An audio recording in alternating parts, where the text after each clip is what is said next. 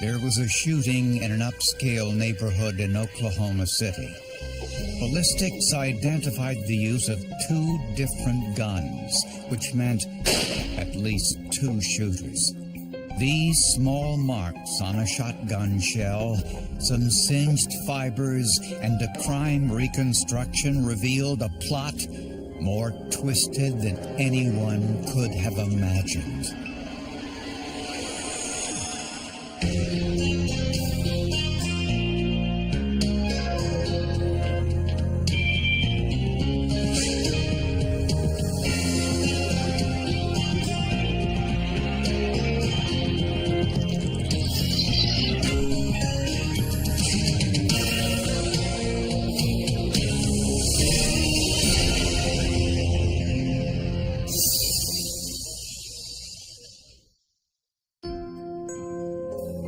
To outsiders, it looked as if Rob Andrew had everything anyone could want. He had a high-paying job with an advertising agency, lots of friends, and a growing family whom he described as his source of strength. Rob Andrew was salt of the earth. I mean, this is a Christian man, attended church all the time, a loving father, just a great guy, very successful businessman as well. 2 days before Thanksgiving, Rob Andrew left work to pick up his children. They planned to spend the holiday weekend with his parents. On the way, Rob called his best friend. Rob had called my house around 5:30, telling me how hurried he'd been all day and that he was looking forward to picking the kids up and spending a long weekend with them for Thanksgiving. Rob didn't plan to stay long, so he parked his car in the driveway. I heard the overhead garage door start up, and then Rob paused and said, "Hey, I'm going to have to let you go." As he walked into the garage, his wife Brenda asked him to relight the furnace because it had gone out earlier in the day.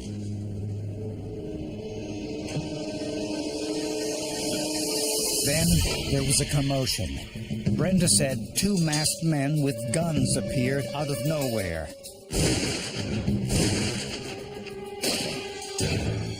And then they fled.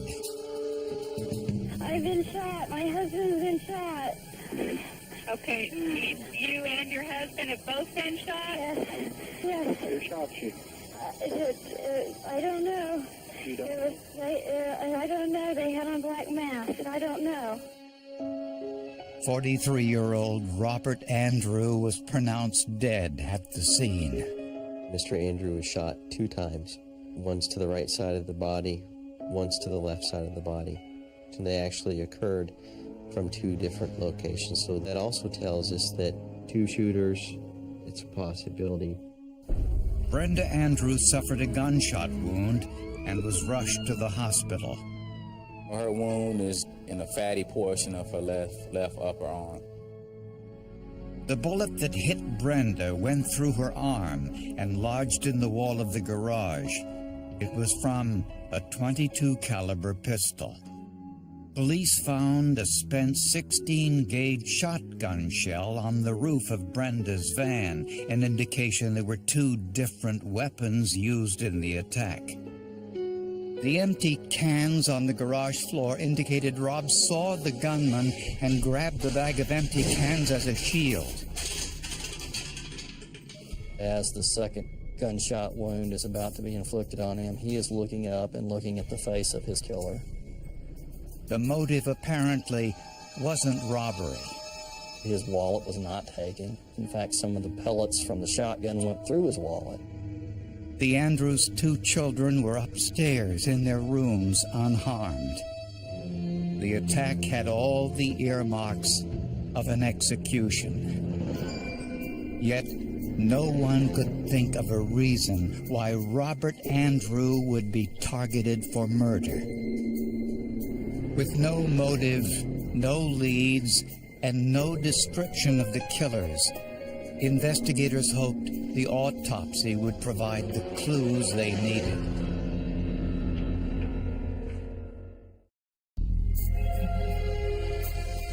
News of Rob Andrews' execution-style murder was a shock to the residents of Oklahoma City, since crimes like this were extremely uncommon. Rob and Brenda were a loving couple. They appeared to be. The picture showed the perfect family, the smiling, happy, loving couple with these two great little kids. The couple were active members of their church. Brenda taught Sunday school, and Rob performed missionary work in South America. Early in the investigation, police learned there had been a prior attempt on Rob's life. Just 1 month earlier, Rob called police to report someone had tampered with his car. Oklahoma City Police Department. Hi there. I'd like to report a client. My brake lines have been cut. Oh. That sounds like attempted murder, don't you think? A few hours later, Rob was getting his brakes fixed when he received a call from the hospital. The caller said his wife Brenda was critically injured in a car accident and suggested that he come to the hospital right away. There a man's voice saying that his wife is in the hospital about 30 miles away, that she needs him and he needs to get down there just as fast as he can. Now suspicious, Rob called the hospital back and learned the previous call was a hoax. Apparently, the same person who cut Rob's brake line wanted him to race to the hospital. He took it as an attempt on his life. He realized that, in fact, he was being set up to drive down there and at a high rate of speed and hopefully get into an accident. I mean, that's the obvious conclusion. Several days after Rob's murder, his next-door neighbors returned home from vacation and realized someone had broken into their home. We unpacked our suitcases and started putting things away. When I opened my closet door, I discovered that a little shoe rack that I'd had was no longer there. Then we decided to look around the other bedrooms. That's when we discovered the spent shotgun shell in one of the bedrooms. The shell was from a 16-gauge shotgun. It was immediately sent to the forensics lab for testing. An analyst placed it under a microscope to compare it to the 16-gauge shotgun shell found in the Andrews garage. He looked specifically at the brass casings at the base of the shells. When casings are ejected, each gun creates a unique mark on the brass. And depending on the amount of correspondence and the preponderance of these matching striations, an examiner can come to the conclusion as to whether these were fired by the same firearm or not. There was no doubt. Both shells were fired from the same gun. Also in the neighbor's attic, police found several unused .22 caliber bullets, the same as those used in the second gun in the murder. It was as if they were just basically accidentally dropped along the way. They didn't appear to be placed in any type of a pattern, but just like they were in a pocket and they fell out as someone crawled through. This suggested that the killers hid in the neighbor's home after the murder so they could make a clean getaway later. Apparently someone went up in that attic and they were either trying to climb up in the master closet access, or they came down and landed on that shoe rack and broke it to pieces. It wasn't sturdy enough to hold them, and so then they tried to hide evidence of that in a rather feeble attempt by putting it under the bed.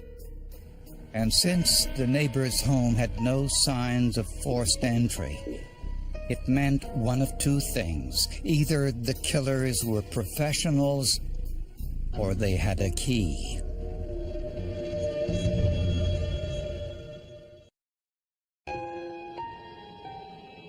With no solid leads, police asked themselves who would benefit most from Rob Andrews' murder.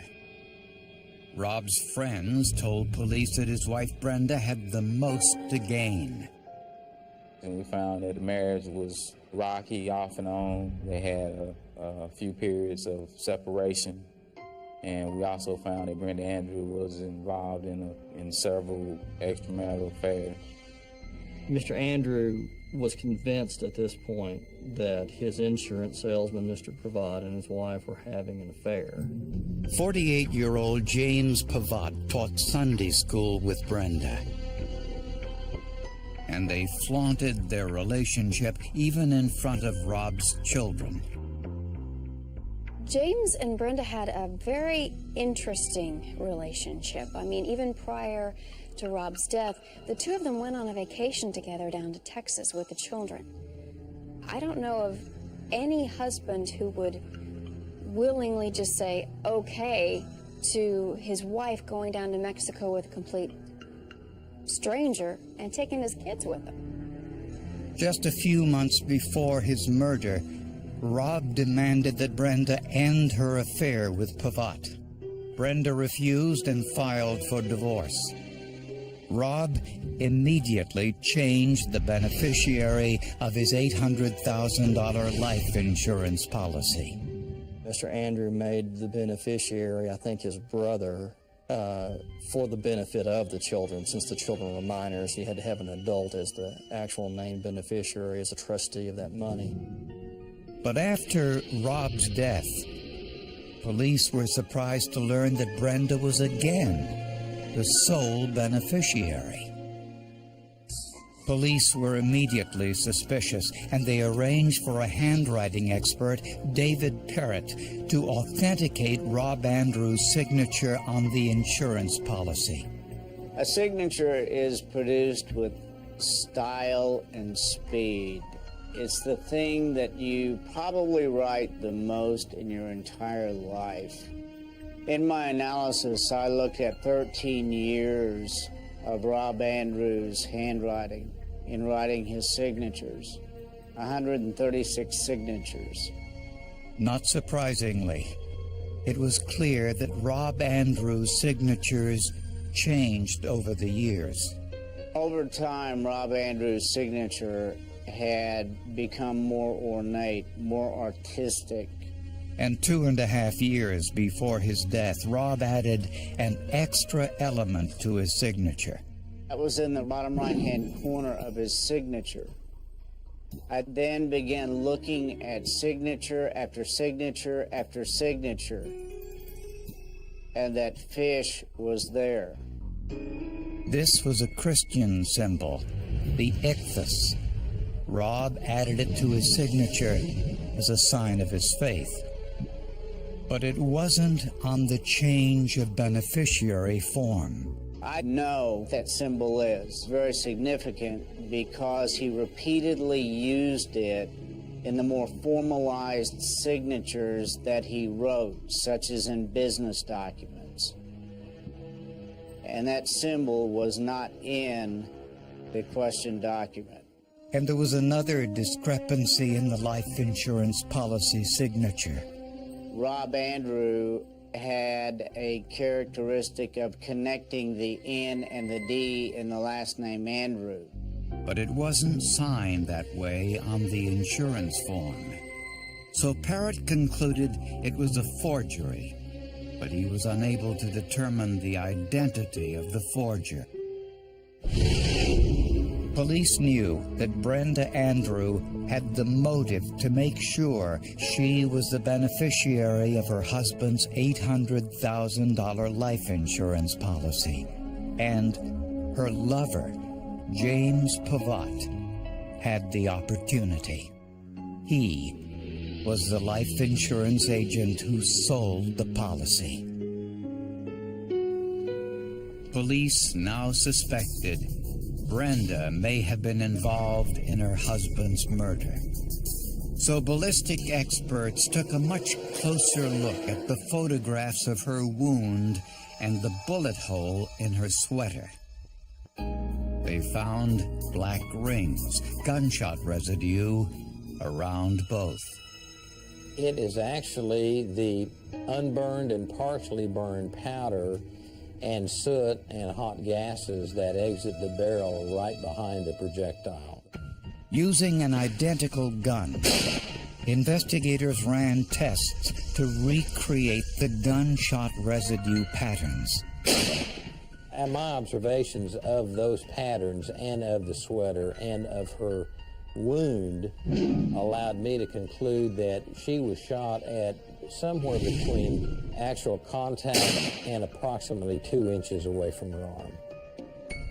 This contradicted Brenda's statement that she was shot by someone 15 to 20 feet away. Police now knew that Brenda Andrew was involved in Rob's murder, but was she the killer?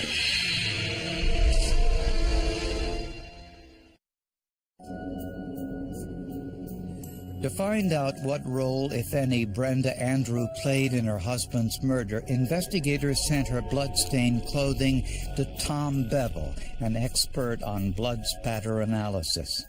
Bevel noticed that many of the blood stains on her jeans had an elongated shape, consistent with blood dripping from her arm onto her pants. We have some low-velocity blood drips. That would be blood that is breaking away primarily due to gravity, dripping down onto the jeans. DNA tests confirmed this blood was Brenda's. But Bevel also found mist-like blood spatter on Brenda's jeans below the knee, which had penetrated deep into the fabric. That it is from a high-velocity occurrence, such as a gunshot, in this case, multiple gunshot pellets, that has spattered the blood traveling back from him, referred to as back spatter, and then subsequently landing on her clothing. DNA tests confirmed that this was Rob's blood. This proved that Brenda was standing only a few feet away from Rob when he was killed. The back spatter on the pants, I think that gave us that one bit of evidence we needed in order to put that gun in Miss Andrews' hand. Prosecutors believe Brenda planned her husband's murder for months. She may have forged Rob's signature on the life insurance policy, making her the beneficiary. Her first attempt on Rob's life involved cutting Rob's brake lines. Police believe it was James Pavatt who called Rob with the fake story that Brenda was in critical condition at the hospital. When that didn't work, the couple devised an elaborate shooting scenario. They planned to kill Rob when he came to pick up the children for the holiday weekend.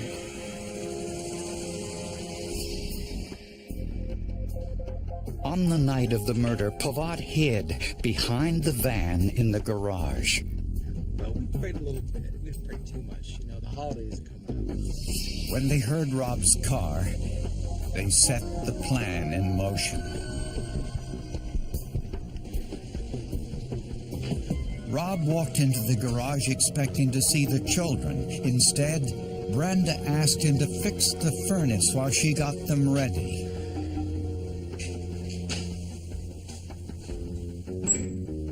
Pavatt fired the first shot from behind the van.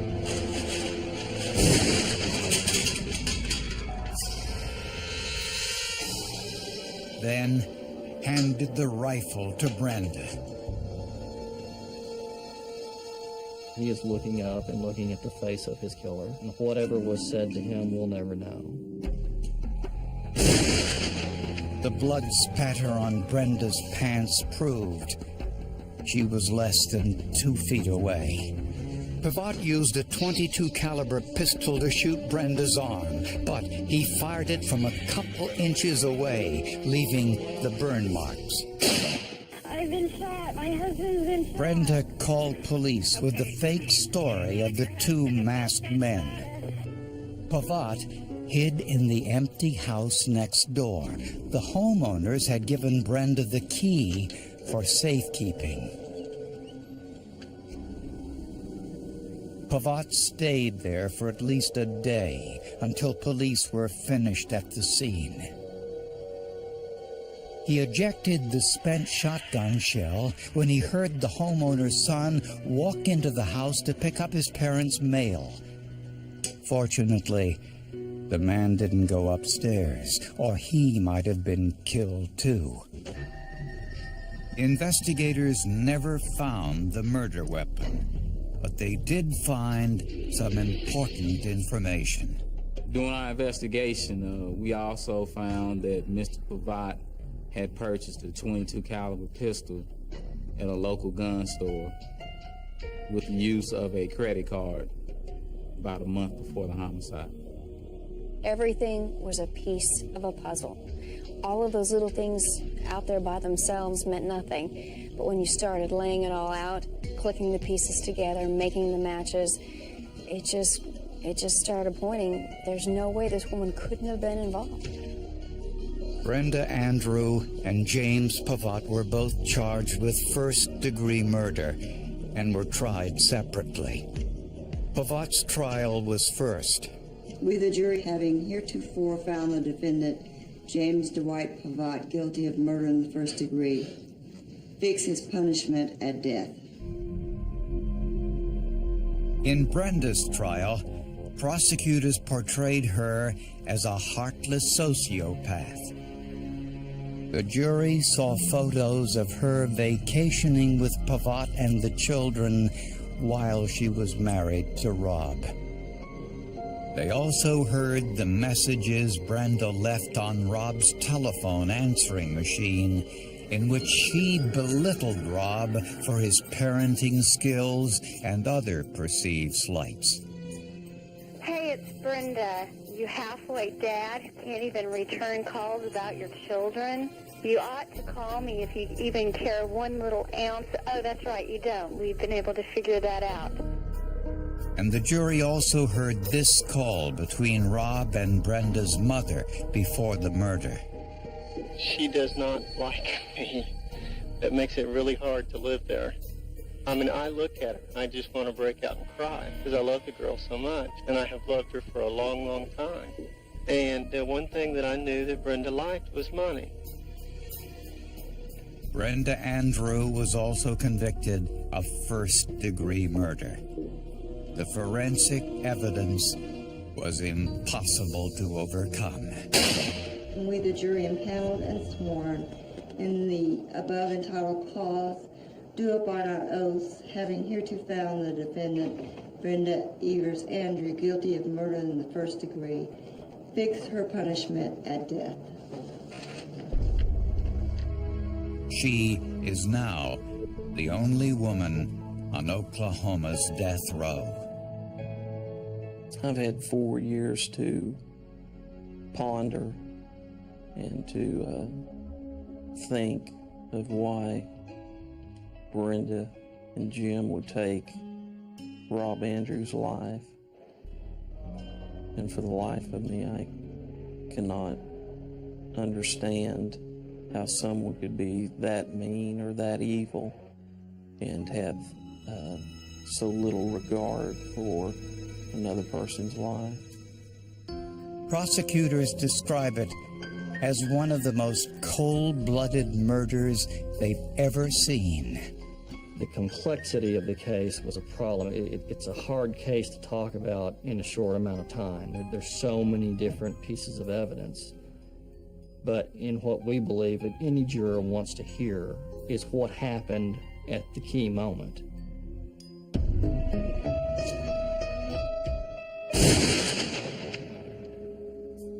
The physical evidence will tell a story. And it's just simply up to the person that is trying to put this together to understand what the physical evidence is saying.